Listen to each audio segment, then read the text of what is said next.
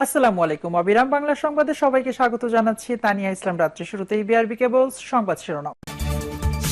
নির্বাচন করতে বাধা নেই বিএনপির ৩ প্রার্থীর।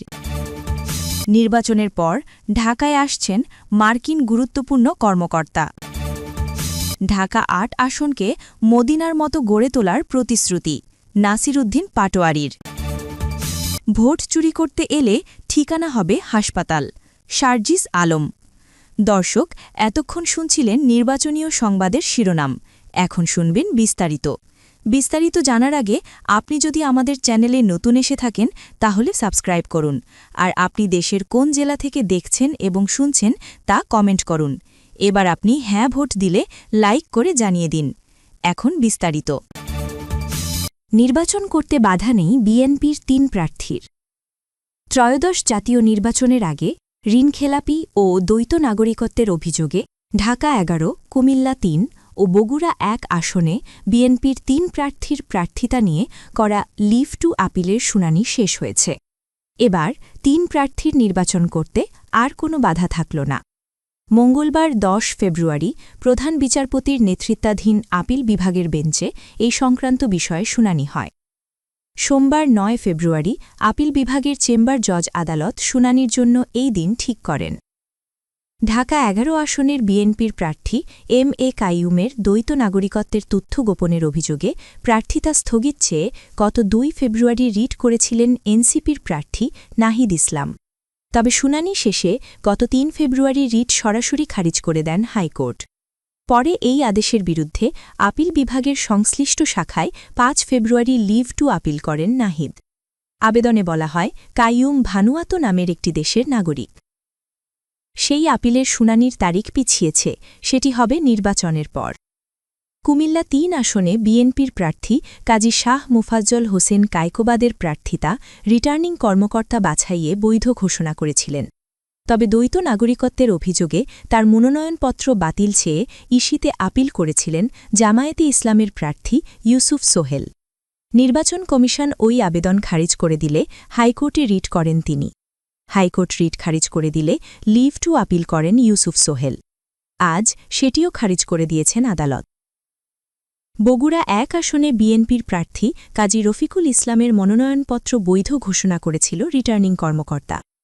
পরে ঋণখেলাপির অভিযোগে একই আসনের বিএনপির মনোনয়ন প্রত্যাশী আহসানুল তৈয়ব জাকির এবং সংশ্লিষ্ট ব্যাংক কর্তৃপক্ষ নির্বাচন কমিশনে আপিল করেন রফিকুল ইসলামের প্রার্থিতা বাতিল চেয়ে। তবে উভয়েই তাদের আপিল প্রত্যাহার করে নেন। পরে ওই আসনের জামায়াত মনোনীত প্রার্থী শাহাবুদ্দিন কাজী রফিকুল ইসলামের মনোনয়নপত্রের বৈধতা চ্যালেঞ্জ করে রিট করলে তা খারিজ করে দেন হাইকোর্ট। এরপর হাইকোর্টের আদেশের বিরুদ্ধে লিভ টু আপিল করেন তিনি। আজ আদালত সেটির শুনানিও নির্বাচনের পর অনুষ্ঠিত হবে বলে আদেশ দেন। ফলে বিএনপির এই ৩ প্রার্থীর ত্রয়োদশ জাতীয় সংসদ নির্বাচনে অংশ নিতে আর বাধা থাকল না। উল্লেখ্য, আগামী ১২ ফেব্রুয়ারি ত্রয়োদশ জাতীয় সংসদ নির্বাচন অনুষ্ঠিত হবে। নির্বাচনের পর ঢাকা আসছেন মার্কিন গুরুত্বপূর্ণ কর্মকর্তা। আর একদিন পর ১২ ফেব্রুয়ারি ত্রয়োদশ জাতীয় সংসদ নির্বাচন ও গণভোট অনুষ্ঠিত হতে যাচ্ছে। এর মধ্য দিয়ে বাংলাদেশের দায়িত্ব গ্রহণ করতে যাচ্ছে নতুন সরকার, আর বিদায় নেবে অন্তর্বর্তীকালীন সরকার। এদিকে নতুন সরকারের সঙ্গে দ্রুত সময়ের মধ্যে অংশীদারত্ব ও মসৃণ সম্পর্ক নিশ্চিত করতে চায় যুক্তরাষ্ট্র। ফলে নতুন সরকার গঠনের পরপরই বাংলাদেশ সফরের আগ্রহ জন্মেছেন মার্কিন পররাষ্ট্র দপ্তরের দক্ষিণ ও মধ্য এশিয়া বিষয়ক অ্যাসিস্ট্যান্ট সেক্রেটারি এস পল কাপুর। সব ঠিক থাকলে ঈদের আগেই মার্চের শুরুতে পল কাপুরের ঢাকা আসার কথা রয়েছে। পররাষ্ট্র মন্ত্রণালয়ের একটি সূত্র গণমাধ্যমকে এ তথ্য জানিয়েছে। এর আগে মার্কিন প্রেসিডেন্ট ডোনাল্ড ট্রাম্প গত ফেব্রুয়ারি মাসে পল কাপুরকে দক্ষিণ ও মধ্য এশিয়া বিষয়ক অ্যাসিস্ট্যান্ট সেক্রেটারি পদের জন্য মনোনীত করেন।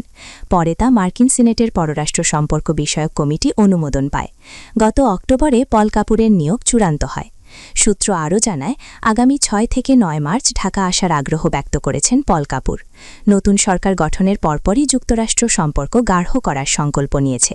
এ কারণেই পল কাপুরের সফর। পল কাপুরের সফরের বিষয়টি নিশ্চিত করেছেন ঢাকা ও ওয়াশিংটন সূত্রগুলো। তবে অনাকাঙ্ক্ষিত কোনো পরিস্থিতি তৈরি না হলে মার্চের শুরুতেই পল কাপুর আসছেন। গত বছরের জুনে সিনেটের পররাষ্ট্র সম্পর্ক বিষয়ক কমিটির শুনানিতে পল কাপুর বলেছিলেন, দক্ষিণ এশিয়ায় ভারতের পর বাংলাদেশের অর্থনীতি বৃহত্তর। মনোনীত নিশ্চিত হলে তিনি যুক্তরাষ্ট্রের নিরাপত্তা জোরদার করা, চীনের প্রভাব মোকাবিলা এবং বাণিজ্য সম্প্রসারণের জন্য দক্ষিণ এশিয়ার দেশগুলোর সঙ্গে মার্কিন সহযোগিতা বৃদ্ধির পক্ষে কাজ করবেন। পল কাপুর দক্ষিণ ও মধ্য এশিয়ার দায়িত্ব নেওয়ার আগে দক্ষিণ এশিয়ার রাজনীতি, নিরাপত্তা এবং আন্তর্জাতিক সম্পর্ক বিষয়ে নেভাল পোস্ট গ্র্যাজুয়েট স্কুলে অধ্যাপনা করেছেন। 2020-2021 সালে পল কাপুর মার্কিন পররাষ্ট্র দপ্তরের পরিকল্পনা কর্মকর্তা ছিলেন। সেই সময় তিনি দক্ষিণ ও মধ্য এশিয়া, ইন্দো প্যাসিফিক কৌশল এবং যুক্তরাষ্ট্র-ভারত সম্পর্ক নিয়ে কাজ করেছেন। ওই দায়িত্ব পাওয়ার আগে পল কাপুর ক্লারমন্ট ম্যাককেনা কলেজে শিক্ষকতা করতেন, পাশাপাশি স্ট্যানফোর্ড ইউনিভার্সিটিতে ভিজিটিং অধ্যাপক ছিলেন।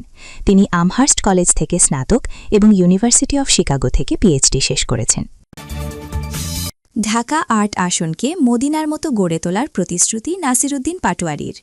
নির্বাচনে জয়ী হলে ঢাকা ৮ আসনকে সৌদি আরবের মদিনার মতো করে গড়ে তোলার প্রতিশ্রুতি দিয়েছেন ১১ দলীয় জোটের প্রার্থী ও জাতীয় নাগরিক পার্টির এনসিপির মুখ্য সমন্বয়ক নাসিরুদ্দিন পাটোয়ারি।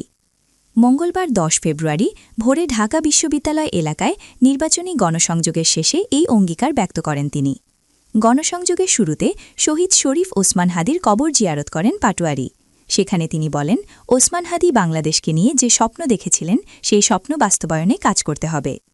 জামায়াতে ইসলামীর সঙ্গে জোটবদ্ধ নির্বাচন প্রসঙ্গে তিনি বলেন, জামায়াত চাঁদাবাজি ও দুর্নীতিমুক্ত একটি দল। এনসিপি ও জামায়াত উভয় দলই দেশ গঠনে কাঁধে কাঁধ মিলিয়ে কাজ করবে। জিয়ারত শেষে তিনি শাহবাগ এলাকায় গিয়ে ফুল ব্যবসায়ীদের সঙ্গে কুশল বিনিময় করেন এবং তাদের অভাব অভিযোগ শোনেন। উল্লেখ্য, ঢাকা ৮ আসনে নাসিরুদ্দিন পাটোয়ারির মূল প্রতিদ্বন্দ্বী হিসেবে রয়েছেন বিএনপি স্থায়ী কমিটির সদস্য মির্জা আব্বাস। আগামী ১২ ফেব্রুয়ারি ত্রয়োদশ জাতীয় সংসদ নির্বাচনে এই আসনে ভোটগ্রহণ অনুষ্ঠিত হবে। ভোট চুরি করতে এলে ঠিকানা হবে হাসপাতাল, সার্জিস আলম। জাতীয় নাগরিক পার্টির এনসিপির উত্তরাঞ্চলের মুখ্য সংগঠক ও ১১ দলীয় ঐক্যজোটের মনোনীত পঞ্চগড় ১ আসনের সংসদ সদস্যপদ প্রার্থী সার্জিস আলম বলেছেন, ভোট চুরি করতে এলে বাড়ি থেকে বিদায় নিয়ে আসবেন। যে ভোট চুরি করার আশায় আসবে তার একমাত্র ঠিকানা হবে হাসপাতাল। সোমবার ৯ ফেব্রুয়ারি সন্ধ্যায় পঞ্চগড় উচ্চ বিদ্যালয় মাঠে আয়োজিত এক নির্বাচনী জাসভায় এসব কথা বলেন তিনি। সার্জিস আলম বলেন, রক্ত দিয়ে দেব, জীবন দিয়ে দেব, কিন্তু একটি ভোটও চুরি হতে দেব না। আগামী ১২ তারিখের নির্বাচন শুধু একটি ভোটের লড়াই নয়, এটি ইনসাফ ও ন্যায় প্রতিষ্ঠার লড়াই, এটি একটি মুক্তির লড়াই। জনগণের অধিকার প্রতিষ্ঠার এই সংগ্রামে আমরা শেষ পর্যন্ত বিজয়ী হব। বিএনপিকে ইঙ্গিত করে সার্জিস আলম অভিযোগ করেন, নির্বাচনের আগে বড় বড় কথা বলা হলেও ভোট শেষ হলে অনেক নেতার আর খোঁজ পাওয়া যায় না। তিনি দাবি করেন, স্থানীয় পর্যায়ভিত্তিক প্রদর্শন, জমি দখল, বালুমহাল ও নদীমহাল দখলের সঙ্গে বিএনপির নেতাকর্মীদের সংশ্লিষ্টতার অভিযোগ রয়েছে। তিনি আরও বলেন, অভ্যুত্থান পরবর্তী সময়ে পঞ্চগড়ে সংখ্যালঘুদের মন্দির ও বসতবাড়ি পাহারা দেওয়া হলেও রাজনৈতিক প্রতিহিংসা থেকে কিছু এলাকায় হামলা ও দখলের ঘটনা ঘটেছে। এসব ঘটনার সঙ্গেও বিএনপির নেতাকর্মীদের জড়িত থাকার অভিযোগ করেন তিনি। সার্জিস আলম বলেন, যারা ভালো মানুষের মুখোশ পরে রাজনীতি করেন অথচ তৃণমূল পর্যায়ে চাঁদাবাজ ও সন্ত্রাসীদের লালন পরেও জনগণকে তাদের মুখোশ চিনে নিতে হবে। তিনি দাবি করেন, একটি অভ্যুত্থান দেশকে পুরোপুরি মুক্ত করতে পারেনি, তবে এই নির্বাচনে নব্য স্বৈরাচার থেকে মুক্তির একমাত্র পথ। নিজের বয়স নিয়ে সমালোচনার জবাবে তিনি বলেন, যাদের বয়স বেশি তাদের অনেকেই সংকটের সময় রাজপথে ছিলেন না। ৫ বছরে একবার ভোটের সময় সক্রিয় হওয়া নেতারা জনগণের প্রকৃত প্রতিনিধি হতে পারেন না। তিনি আশ্বাস দিয়ে বলেন, নির্বাচনে জয়ী হলে রাজনৈতিক প্রতিপক্ষের নির্দোষ নেতাকর্মীরাও সম্মানের সঙ্গে রাজনীতি করার সুযোগ পাবেন।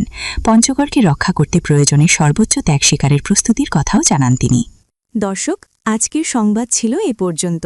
ভিডিওটি যদি ভালো লেগে থাকে তাহলে একটি লাইক দিন আর ভিডিওটি শেয়ার করে আপনার বন্ধুদেরকে জানার সুযোগ করে দিন। ধন্যবাদ।